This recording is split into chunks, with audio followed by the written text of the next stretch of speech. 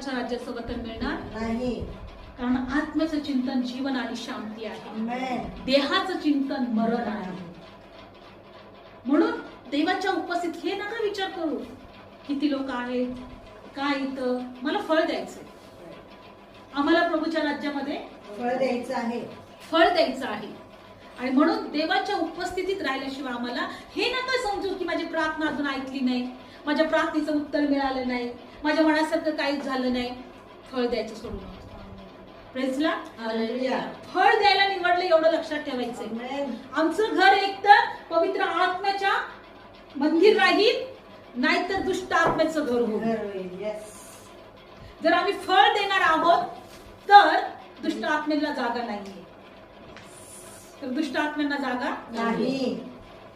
Bible सांगतं रागे बरा पण पाप करू नका आणि सैतानाला ठिकाण देऊ नका. सूर्य मावळेपर्यंत तुमचा राग, तुमचा क्रोध मनामध्ये ठेवू नका Yes. आणि सैतानाला ठिकाण देऊ नका. म्हणजे सैतान आमच्यामध्ये ठिकाण पाहत आहे. पण जेव्हा तो बघतो अरे या घर भरलेला, ऑलरेडी भरलेला आहे, हे हाऊसफुल झालेला आहे, याच्यामध्ये वचन आहे, भक्ती आहे, प्रार्थना आहे, मला याच्यामध्ये जागा नाही ना, मी ते येऊन कोण माझा जीव कोंडेल किंवा गुदमरेल. श्वास माझा कोंडेल. दुष्ट आत्मे काय म्हणतील, मी गुदमरेल इथं, मला इथं जागाच नाहीये.